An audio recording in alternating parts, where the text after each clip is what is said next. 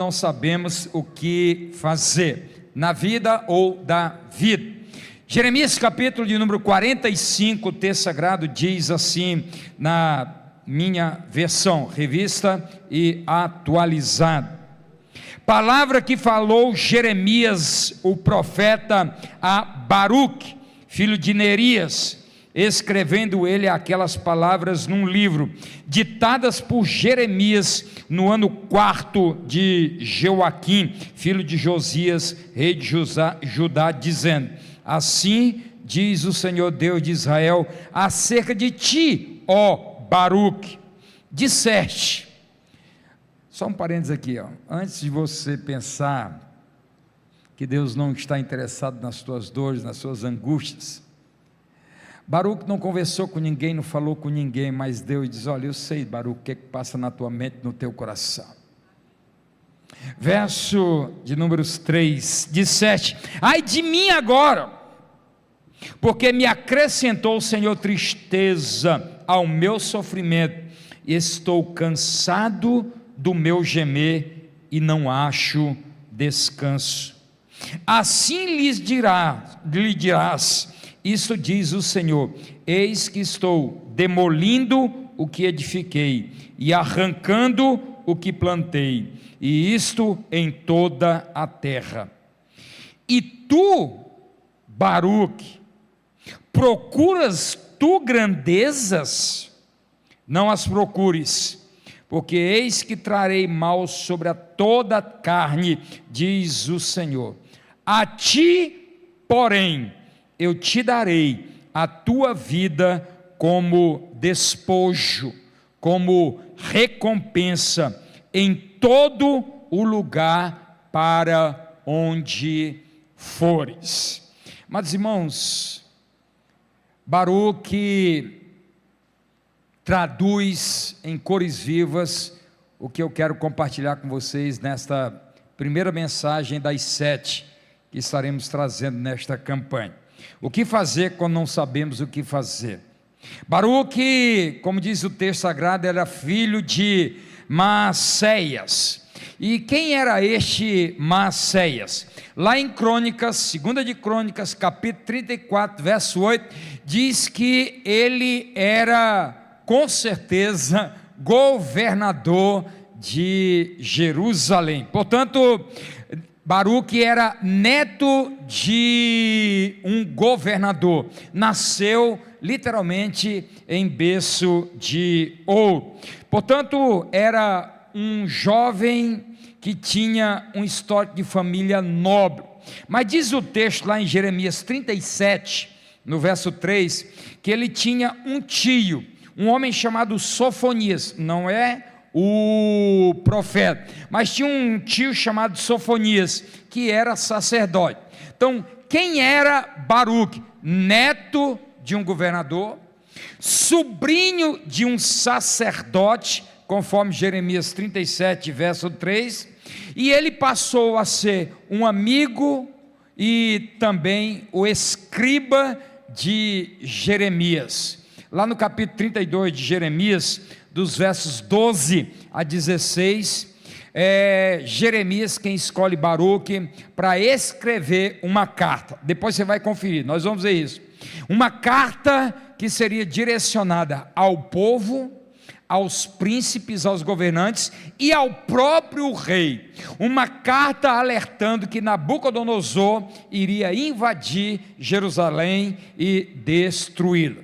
Mas o rei, quando tomou conhecimento das palavras de Deus por boca de Jeremias e pelo punho de Baruque, rasgou o rolo, jogou no fogo. Mas Deus chama novamente Jeremias e diz: escreva novamente as palavras, chama Baruque para escrevê-las e acrescenta ainda mais algumas palavras. Portanto, note bem quem era Baruque: neto de um governador, sobrinho de um escriba, amigo de profeta, servia a Jeremias, gozava de muito respeito pelos príncipes de Jerusalém. Dê uma olhada no capítulo 36, no verso 14, diz o texto sagrado que ele é ouvido pelos príncipes, e lá no capítulo 36, no verso 29, pelo próprio rei. Portanto, Baruque também tinha acessos relacionais fortes. Era um homem que tinha acesso aos governantes, aos príncipes, e ele até o rei foi. Agora pegue tudo isso. Um homem que nasceu em berço de ouro, com herança religiosa, sobrinho de sacerdote, extremamente talentoso, inteligente, amigo de profeta, acessos políticos e relacionais com os poderosos e até com o rei. Mas é este homem que vai dizer no verso 3 do capítulo 45, que nós lemos aí. Dê uma olhada no texto que nós lemos aí. No verso 3 ele vai dizer: ai de mim agora, porque me acrescentou o Senhor tristeza ao meu sofrimento. Estou cansado do meu gemer e não acho descanso. Olha essas palavras de alguém que era absolutamente improvável que alguém dissesse que chegaria um momento na vida de Baruque que ele não saberia para onde ir e o que fazer. Neto de governador, acesso a palácios, relacionamentos fortíssimos com príncipes, um homem de respeito, um homem letrado, habilidoso. Agora esse homem diz: ai de mim, eu estou com muita tristeza, eu estou em sofrimento, eu estou cansado, eu estou gemendo, já não acho descanso. E é possível que alguns hoje, iniciando esta primeira campanha de oração com propósito, tenham entrado aqui ou estejam nos ouvindo, ou até venham a nos ouvir, estejam na mesma situação ou assemelhada à de Baruque, tristes, sofrendo, cansados, gemendo, sem descanso. Tudo isso no verso 3 do capítulo 45. Mas é com você, assim como foi com Baruque, que Deus quer trazer uma palavra de alento. Você crê nisso? Eu creio que assim como Deus visitou Baruque, Ele pode nos visitar nessa noite e mudar a nossa história como mudou a história de Baruque. Mas irmãos, o que não garante sentido para a vida e uma alegria plena? Porque alguém poderia olhar e dizer assim: esse cara não tem condição nenhuma de estar numa situação como essa, mas estava. O texto diz, capítulo 45, verso de número 3. O que não garante? O que não garante uma vida com sentido, uma vida plena, uma vida em que a pessoa seja notada em felicidade? Já antecipei: nascer num berço esplêndido. Alguém pode dizer: puxa, fulano de tal nasceu numa família abastada, olha quem é o pai, olha quem é a mãe, olha quem é o avô. Então, quem nasce numa família rica não passa pelo que eu passo, nunca vai perder o sentido da vida. Não é o caso, né? Baruque certamente nunca experimentou privação, a não ser depois que ele passou a ser amigo de profeta. Mas enquanto viveu, Baruque nunca soube o que foi privação, porque ele era neto de um governador.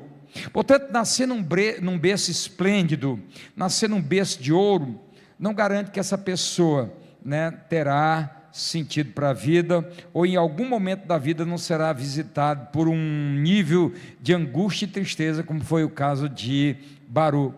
Segunda coisa que não garante sentido para a vida e plena felicidade: herança religiosa. Este homem era sobrinho de um sacerdote, e alguns pensam porque são filhos de crentes, ou porque nasceram numa igreja, que tudo está resolvido. Deixe-me citar um caso típico, que se encontra lá em Lucas capítulo 16, a parábola do rico e do Lázaro. Por três vezes o rico no inferno vai se referir a pai Abraão.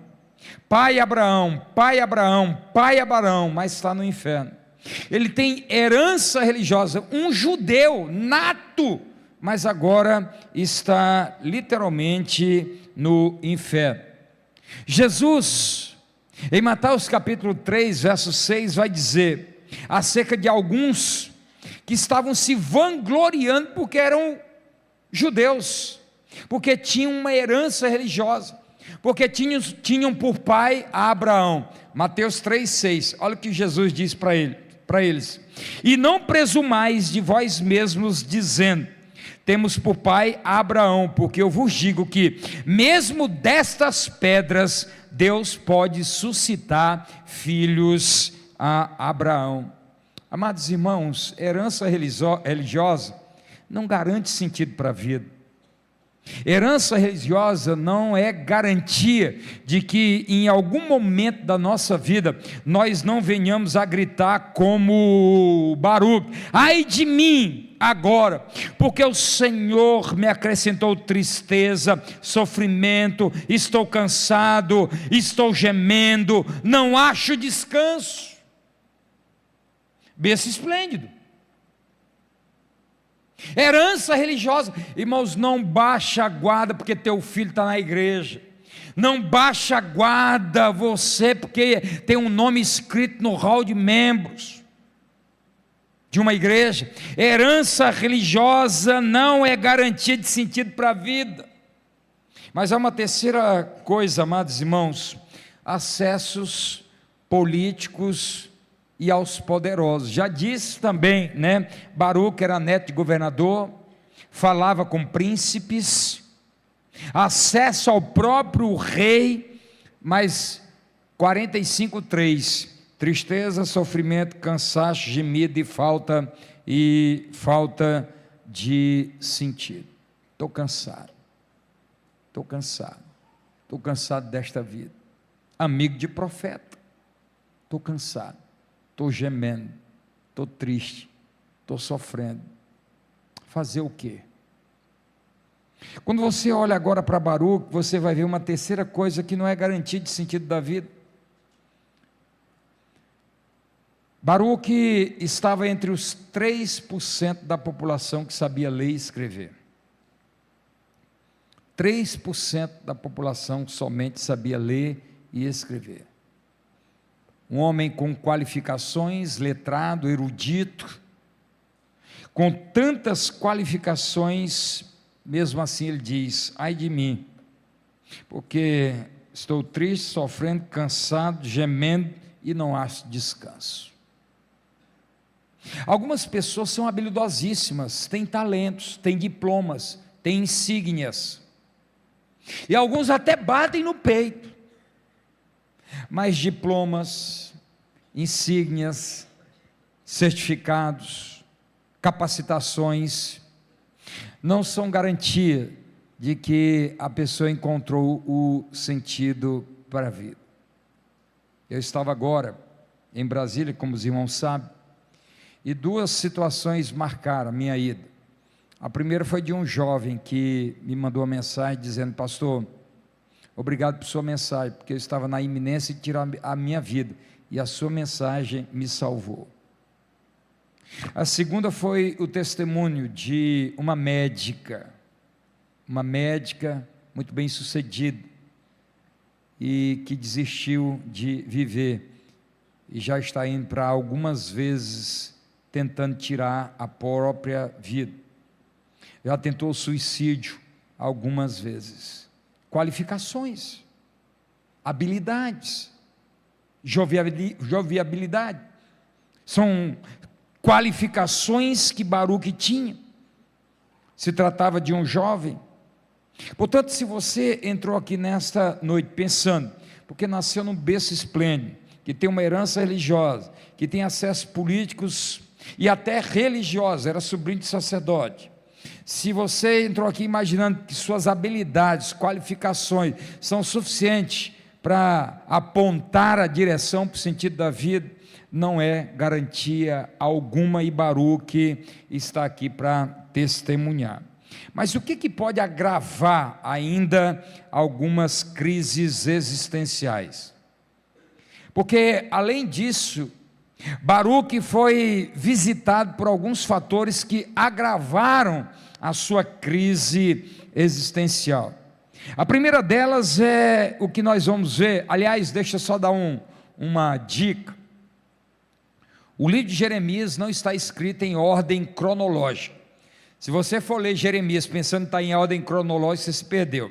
Até uma Bíblia interessante, a Bíblia é em ordem cronológica. Esta você pode ler porque vai estar em ordem cronológica. Mas Jeremias, como está aí na tua Bíblia, na NVI, na Corrigida Fiel, na NVT, na NTLH, na Revista Atualizada, na Bíblia Viva, nenhuma destas Bíblias, Jeremias está escrito em ordem cronológica. Jeremias está escrito numa ordem autoral. O capítulo 45, ele está em ordem cronológica depois do capítulo 36. E agora eu quero que você dê uma olhada no capítulo 36, por quê? No capítulo 36, o Senhor chama Jeremias e vai ditar uma carta para Baruque. Baruque vai escrever uma profecia para o povo, para os líderes e para o rei. Agora dê uma olhada, quero que você leia agora o verso 5, 6, 8 e 32. Verso 5 diz assim: então, capítulo 36, verso 5: entra, pois, tu, e do rolo que escreveste, segundo o que eu te ditei, lê todas as palavras do Senhor diante do povo, na casa do Senhor, no dia de jejum, e também as lerás diante de todos os de Judá que vêm das suas cidades. Agora, dê uma olhada, eu não li o 5, Jeremias ordenou a Baruque, dizendo: estou encarcerado, não posso entrar na casa do Senhor. Por isso, então, Baruque vai ser o escriba. Agora o verso 8: fez Baruque, filho de Nerias, segundo tudo quanto lhe havia ordenado Jeremias o profeta, e leu naquele livro as palavras do Senhor na casa do Senhor. Agora o verso 32, só para eu firmar aqui a minha palavra. Verso 32: tomou, pois, Jeremias outro rolo e deu a Baruque, filho de Nerias, o escrivão, o qual escreveu nele, ditado por Jeremias, todas as palavras do livro que Joaquim, rei de Judá, queimara, e ainda se lhe acrescentaram muitas palavras semelhantes. Deixa eu lhe dizer o que pode agravar uma crise existencial. É você obedecer ao Senhor, fazer tudo o que o Senhor manda fazer, e mesmo assim passar por tristezas, sofrimentos, gemidos e ausência de descanso. Se vocês lembram, há uma situação semelhante lá em Mateus capítulo 14, verso 22, a famosa tempestade que assola os discípulos. Mas em Mateus capítulo 14, verso 22, diz que Jesus impeliu os discípulos a entrarem no barco e irem para o outro lado. Esta palavra impeliu, ela é tão aguda no grego que a palavra é uma ordem que não pode ser negada. Ou seja, Jesus estava dizendo: faça e faça. Então Jesus diz assim: entrem no barco e vão para o outro lugar, para Betsaida. Então os discípulos estavam debaixo das ordens de Jesus, os discípulos estavam obedecendo a Jesus, e mesmo assim vão passar por uma terrível tempestade. Eu tenho certeza que você já passou por este dilema, que muitas vezes acresce as nossas angústias. Senhor, eu estou obedecendo a tua palavra. Senhor, eu sou amigo de profeta, eu ando com o homem de Deus, eu faço o que o Senhor pede, eu sou dizimista, eu sou fiel. E agora está Baruque dizendo: ai de mim, estou triste, estou sofrendo, estou gemendo, não acho descanso. Esse dilema é desesperador, porque muitos de nós, especialmente no mundo, num segmento evangelical, em que alguns são ensinados erroneamente de que o crente não passa por dificuldade, que os crentes não passam por tribulações e angústias. O que nós estamos vendo agora, primeiro, Baruque fazendo tudo que Deus manda fazer, fazendo tudo que o profeta manda fazer. Ele faz tudo que o profeta manda fazer, obedece ao Senhor, mas agora ele chega e diz: ai de mim, estou sofrendo, estou triste, estou angustiado, estou gemendo, não acho descanso. Isso acrescenta, amados irmãos, dores. Asaf, no Salmo 73, versos 2 e 3, ele vai dizer o seguinte: quanto a mim, os meus pés, Asaf é um adorador, é um levita, é guardião do templo, vive no templo, vive para o Senhor.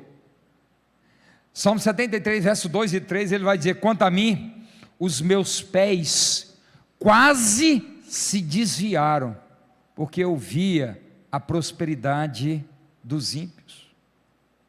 Eu já vi com esses próprios olhos crentes que não fizeram como Asaf. Asaf disse: os meus pés quase se desviaram. No meu caso, eu já vi alguns que literalmente se desviaram, porque não conseguem conjugar a ideia de ser crente e por passar por tribulações, não consegue entender como que Deus, sendo bom, justo, fiel, maravilhoso, todo-poderoso, permite que alguém, um ímpio, que blasfema contra Ele, enriqueça, tenha saúde plena, e muitas vezes um crente obediente, um crente zeloso, um servo do Senhor, passa por tribulações. Isso acrescenta dores, isso acrescenta gemidos, isso acrescenta tristeza, isso acrescenta sofrimento. Querem ver outra coisa? Capítulo 36, lembre-se, o capítulo 36 e o capítulo 45, eles estão absolutamente em ordem cronológica. Só para hermeneuta tem disso, né? Capítulo 36, verso 1, dá uma olhada aí. No 4º ano de Joaquim, filho de Josias, rei de Judá, veio a palavra do Senhor a Jeremias dizendo: pegaram aí? Qual é o ano do reinado de Joaquim? 4º ano. Agora vai lá no 45. Vai lá no 45. Verso 1. Palavra que falou Jeremias, o profeta Baruque, filho de Nerias, escrevendo ele, né, naquelas palavras num livro ditadas por Jeremias, né? Em que ano? No 4º ano de Joaquim, filho de Josias, rei de Judá. Portanto, cronologicamente, os atos acontecidos no capítulo 36, em sequência, é o que está acontecendo no 45 que nós estamos estudando. Mas o que eu quero que você dê uma olhada agora, no capítulo 36, no verso 19, 36, 19, olha o que pode acrescentar. Verso 19: então disseram os príncipes a Baruque: vai, esconde-te, tu e Jeremias, ninguém saiba onde estás. O que está acontecendo? Deus chama Jeremias e manda uma palavra profética dizendo aos príncipes, ao povo e ao rei: Nabucodonosor vai destruir a cidade, se rendam. Mas o povo, e no caso o rei Joaquim, não aceita isso. Aliás, queima a profecia. E agora o rei vai mandar prender Baruque e Jeremias, e eles têm que fugir, que nem animais. Olha o verso 26. Verso 26. Antes deu ordem o rei a Jerameel, filho de Ameleque, a Seraías, filho de Aziel, e a Semeías, filho de Abdiel, que prendessem a Baruque, o escrivão, e a Jeremias, o profeta, mas o Senhor os havia escondido. Escute, o que Paulo pode acrescentar angústias, desespero, de modo que as pessoas se perdem e não sabem o que fazer e para onde ir? Quando o sistema representado aqui pelo rei, quando as autoridades nos perseguem por estarmos fazendo a vontade do Senhor, o rei agora manda prender Baruque, manda caçar Baruque. Pastor, como é que isso se aplica a mim hoje? 2.600 anos depois. Muitos de nós, amados irmãos, e passamos isso recentemente, angustiados, gemendo, desesperados, sem descanso, porque muitas vezes somos caçados, perseguidos implacavelmente por um sistema que não aceita a palavra do Senhor, que não aceita a palavra de Deus, que não aceita a profecia, que nos persegue, que persegue os nossos filhos nas faculdades, que persegue os nossos na igreja. Um dia desse, virgindade era um valor absoluto na igreja. Hoje jovens são chacotados por irmãos na igreja porque não são mais virgens. É um sistema opressor e que acresce sofrimento e tristeza. Então disseram os príncipes a Baruque: esconde-te, e Jeremias também. Olha, amados irmãos, isso é desesperador e acrescenta dores. Agora vai lá no capítulo 43, no verso 3, vai ter uma palavra interessante. Depois você lê o capítulo 43, é pequenininho. O povo agora, querendo fugir de Nabucodonosor, vai tentar se refugiar no Egito. Escute só como o diabo é podre. De onde é que eles saíram depois de 430 anos? Do Egito. E agora onde é que eles querem buscar abrigo? No Egito. Sabe, você não vai acreditar, mas tem crente que faz isso. Deus tira do Egito, tira do mundo ordinário, vem para a igreja, começa a viver uma vida santa, aí começa a passar por algumas tribulações, angústias, não aceita a palavra de Deus, e agora quer voltar para o Egito, para se esconder no Egito e buscar abrigo de onde um dia Deus tirou. E Deus diz para Jeremias: não vai, diz para o povo não ir. Mas eles não aceitam a palavra do profeta. Ao contrário, olha o que vai dizer no verso de número 3, 43, verso 3: Baruque, filho de Neerias, é que te incita contra nós, para nos entregar nas mãos dos caldeus, a fim de nos matarem ou nos exilarem na Babilônia. Sabe o que os caras estavam dizendo? Olha, é Baruque que está a serviço da Babilônia e está incitando o profeta Jeremias para profetizar contra nós. Sabe o que é isso? Calúnia. Calúnia. Se você nunca foi caluniado, eu quero lhe dizer que é uma coisa dura, machuca, dói, é desesperador e acrescenta dores. Baruque agora está sendo caluniado, sabe por quem? Pelos próprios irmãos. E alguns talvez estejam perdidos sem saber para onde ir, o que fazer por causa de calúnia. Agora estavam dizendo que Baruque estava a serviço do rei da Babilônia, e que Jeremias estava sendo incitado por Baruque. Mas há uma outra coisa que acrescenta mais dores, sabe, irmãos? Aí eu quero que você dê uma espiada, voltando para o nosso texto original, 45, 5. Tu procuras grandezas, ô Baruque? Num tempo de juízo, tu procuras grandeza.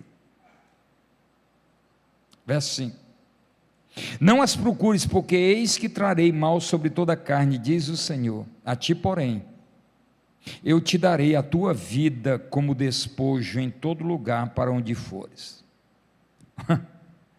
Baruque, neto de governador, nada mais normal do que sonhar com algumas grandezas. Olha, eu estou servindo a um profeta, homem de Deus, nada mais justo que sonhar com grandezas. E agora vem o Senhor e diz assim: ô Baruque, tu está sonhando com grandeza? Esquece. Isso é o tipo do texto que pode desmoronar a gente. Peraí, quer dizer que Deus é contra riqueza e nós prosperarmos, avançarmos? Não, de jeito nenhum. De jeito nenhum. O problema é que era um tempo de juízo. Era um tempo de juízo, como está no verso de número 4. Dê uma olhada aí no verso 4. Assim lhes dirás: isto diz o Senhor, eis que eu estou, guarda isso na tua cabecinha aí, eu estou demolindo, quem está fazendo isso é Deus, eu estou demolindo o que edifiquei e arrancando o que plantei, isto em toda a terra. Deus está dizendo para Baruque: Baruque, eu estou derrubando, eu estou demolindo, eu estou arrancando o que eu mesmo plantei. O que eu edifiquei eu estou tirando, o que eu plantei eu estou arrancando. Espera aí, e você está buscando grandeza num tempo de juízo? Não procure isso. E aí eu quero lhe dizer uma coisa, irmãos, que isso aqui lasca a gente. Expectativas frustradas. Só quem já teve expectativas frustradas sabe que isso acrescenta sim dores, sofrimentos. E o que nós estamos vendo agora é que era um tempo de olhar, amados irmãos, para a vida, para o mais importante que era a vida, e não para a fama, dinheiro e poder. Deus estava dizendo: não vai sobrar pedra sobre pedra. Ô Baruque, tu está preocupado em grandeza e está esquecendo da vida? Aí Deus coloca as coisas no lugar. Baruque, o mais importante para você agora é a vida, e a vida eu vou te garantir. Que coisa linda. Sabe por quê? Porque a Bíblia vai dizer que alguns podem ganhar o mundo inteiro, mas perder a própria vida. O Senhor vai chamar isso de louco. Louco, do que adianta celeiros totalmente abarrotados e uma vida estragada? O que o Senhor está dizendo para Baruque: Baruque, eu vou reescalonar as tuas prioridades. A prioridade agora, Baruque, não é ganhar coisas. Agora, Baruque, eu vou te dar é vida, porque a morte vai visitar, mas mesmo a morte visitando, você estará a salvo. A tua recompensa não será as grandezas deste mundo, a tua recompensa será a preservação da própria vida. Amém, irmãos? Deixe-me marchar aqui para a conclusão. O que Deus faz quando nós estamos meio que perdidos como Baruque? Como é que Deus nos visita em tempos assim, como está no capítulo 45, verso 3? Ai de mim, estou triste, estou sofrendo, estou gemendo, estou sem descanso. E por causa de quê? Nós já vimos, né, que não adianta nascer em berço de ouro, que não adianta herança religiosa, que não adiantam acessos políticos, não adiantam nossas habilidades, porque muitas vezes nós entramos em crise porque estamos obedecendo ao Senhor e estamos sofrendo, isso acrescenta dores, perseguidos por um sistema implacável que não aceita a palavra do Senhor, que quer nos prender, nos aprisionar, nos amordaçar. Somos muitas vezes caluniados quando atribuem a nós aquilo que sequer pensamos, e muitas vezes estamos com as nossas expectativas frustradas, e pelo próprio Deus. Não procure grandeza, cara, porque o teu problema não é grandeza, não é ter, é que tu está agora na iminência de morrer, e eu vou preservar a tua vida. Não adianta você ter carro, ter empresa, ter dinheiro, não adianta, é a tua vida, mas a tua vida eu vou garantir. Eu acredito até, amados, que alguns trocariam e diriam assim: Senhor, vamos fazer um troquinho aqui, me dá grandeza e a vida deixa para depois. Mas o Senhor prioriza a vida e não a grandeza. e vocês vão entender por quê quando eu estiver concluindo, como vou fazer já já. O que Deus faz quando estamos vivendo um tempo de incertezas, de saber, sem saber para onde ir, o que fazer?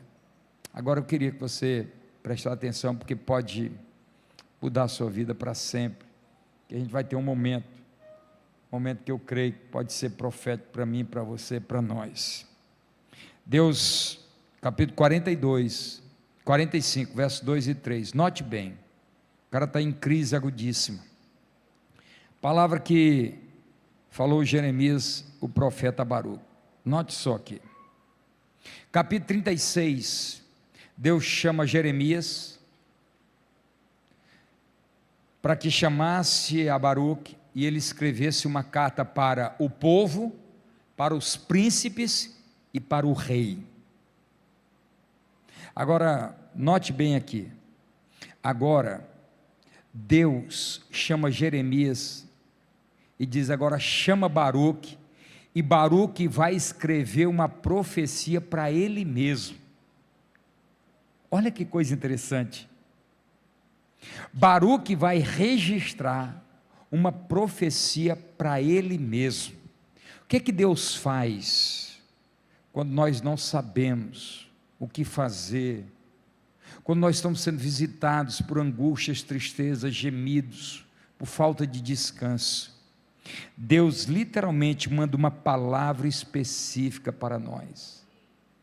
Olha que coisa mais linda, Deus chama Jeremias e pede para o próprio Baruque escrever uma profecia especial para ele. Esse é o nosso Deus, o Deus que olha para você não como massa, Ele olha para você especificamente, e tem uma palavra específica para mim e para você. Agora Jeremias diz assim, agora essa profecia, quando chamou Baruque diz, é para escrever para quem? Ele disse, é para você, Baruque. A profecia é para você. Escreve esta palavra, porque essa palavra é de um Deus que sabe o que você está pensando, que sabe o que você está falando para você mesmo, que sabe dos teus sofrimentos, das tuas angústias, das tuas tristezas. Agora essa profecia, Baruque, é para você, uma palavra específica. Deus sabe que você está gritando, ai de mim. Escreve uma palavra específica para Jeremias. Amados irmãos, aqui está a graça de Deus. Aqui está o Deus que nos ama, o Deus que não nos olha em massa, Deus que nos olha como pessoas individuais. Ele olha para você, tem uma palavra específica para você. Deus chama Jeremias e agora escreve uma palavra para o meu servo Baruque. Ele está em crise, ele não sabe para onde ir, ele não sabe o que fazer, ele está em crise aguda porque ele está obedecendo e está sofrendo, ele está sendo perseguido por um sistema opressor, ele está desesperado, ele está gemendo. Escreve uma palavra para o meu servo. Esse é o Deus que nos ama. Deus tem uma palavra específica para cada um de nós. E quando eu estava preparando essa mensagem, eu disse, Senhor, que esta palavra seja a palavra de Deus para cada um dos servos que estão aqui, uma palavra específica para o seu coração. Ele sabe o que você está pensando, Ele sabe o que você está passando, Ele sabe dos seus gemidos, Ele sabe dos seus ais, Ele sabe das suas dores, das suas angústias, dos seus dilemas. Jeremias, eis-me aqui, Senhor, chama Baruque, e ele vem. Baruque já devia saber, é mais uma profecia para o rei, para o povo, ou a partir do capítulo 46, para os povos e nações. Não, agora é uma palavra específica para você. Esse é o Deus, amados, que sabe das nossas dores, dos nossos dilemas. Por isso, amados irmãos, que eu primo tanto pelo púlpito, pela palavra de Deus. Não acredito em igreja que não tem palavra, não acredito em igreja que o púlpito é visto como o púlpito de autoajuda, não acredito em igreja em que a palavra de Deus não seja real. A palavra de Deus vai mexer, não só com Baruque, mas vai mexer com todo o povo e as nações. A palavra de Deus, a palavra do Senhor. O que é que Deus faz? Deus manda uma palavra específica. O que é que Deus faz? Deus trata das nossas necessidades e preocupações individuais. Você vai ver agora que, enquanto o capítulo 36, você vai ver um Deus mandando uma carta para toda a nação, no capítulo 45 é para uma pessoa. O Deus que olha para as nações, o Deus que olha para todos os povos, é o mesmo que olha para você, para mim, porque a Bíblia diz que nós temos o nosso nome escrito na palma da mão dele. Diz que na íris do Senhor está lá eu e você, nós somos a menina dos olhos de Deus. Ele está vendo você, Ele sabe dos seus dilemas, Ele está vendo a tua angústia, Ele está vendo o teu desespero. Deus não olha para você olhando como mais um número, não, é você, é Manuel Neto, é Adriana, é Emanuele, é Ângela, é Paulo. Deus agora, a mesma mão, o mesmo Deus, o mesmo profeta, o mesmo escriba que escreve para uma nação, é o mesmo que escreve para uma pessoa. Você tem valor para esse Deus, irmãos. Você é muito amado por esse Deus. Você vai ver agora o que é que Deus faz. Deus coloca pingo nos is. Deus disse para Baruque: Baruque, você está preocupado com grandeza. É um tempo em que eu estou demolindo, que eu estou arrancando. Você está olhando para o lugar errado, você está olhando para as prioridades erradas. Não é agora, não é o tempo de olhar para a grandeza. É um tempo de olhar para a vida. E o que Deus vai dizer para ele? Ele vai dizer assim: ai de ti, porém, eu te darei a tua vida como despojo em todo lugar, para onde fores. Para onde você for, você vai ter plena certeza: eu vou cuidar de você. Do que adianta você ter um carro e não ter a proteção de Deus? Lembra de Moisés? O Senhor diz: Moisés, eu vou mandar um anjo na frente, vou tirar os inimigos da frente, mas eu não vou mais com vocês não. Moisés disse para Deus: Senhor, se tu não fores conosco, eu não vou. Ainda que o Senhor me garanta vitória, ainda que o sobrenatural me acompanhe, sem o Senhor eu não dou um passo. O que o Senhor está dizendo para Baruque, é dizendo: Baruque, para onde você for, eu vou cuidar de você. Você não está perdido. Você não vai andar como um andarilho. Para onde você for, eu vou cuidar de você. Eu só quero que você reescalone. Eu só quero que você reveja as suas prioridades. Eu estou demolindo, eu estou arrancando. Você está na contramão da minha vontade. O princípio é esse. Quando nós estamos indo na contramão da vontade do Senhor, isso só acrescenta mais dores. E Deus diz assim: eu vou te reorientar. Eu vou te reorientar. Se o Senhor não intervir, se o Senhor não nos visitar, nós estaremos como Baruque, pensando que as grandezas irão satisfazer as nossas vidas. Baruque poderia se tornar nesse momento aqui o homem mais rico de toda Jerusalém, e ficaria só os escombros, porque Nabucodonosor invade Jerusalém, não deixa absolutamente nada, destrói tudo, e toda a riqueza ele leva para a Babilônia. Aí o Senhor diz: agora a tua vida não, a tua vida é a tua recompensa. A tua vida é a tua recompensa. Deus promete vida e promete a companhia contínua com Baruque. Deixe-me concluir para a gente orar, porque esse é o tempo que eu aguardo muito. Deus, amados irmãos, sempre estará conosco. Ele é o nosso Emanuel. Deus diz: eu estou arrancando, eu estou demolindo o que eu mesmo plantei, o que eu mesmo edifiquei.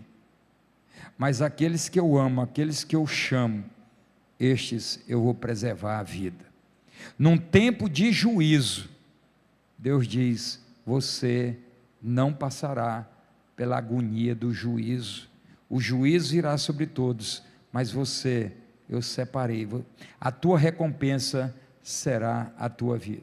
Deixa eu concluir com algumas aplicações diretas para a gente orar. Primeira coisa que eu queria que você guardasse aí na tabinha do seu coração: até gigantes podem ficar abatidos. Até gigantes podem passar por momentos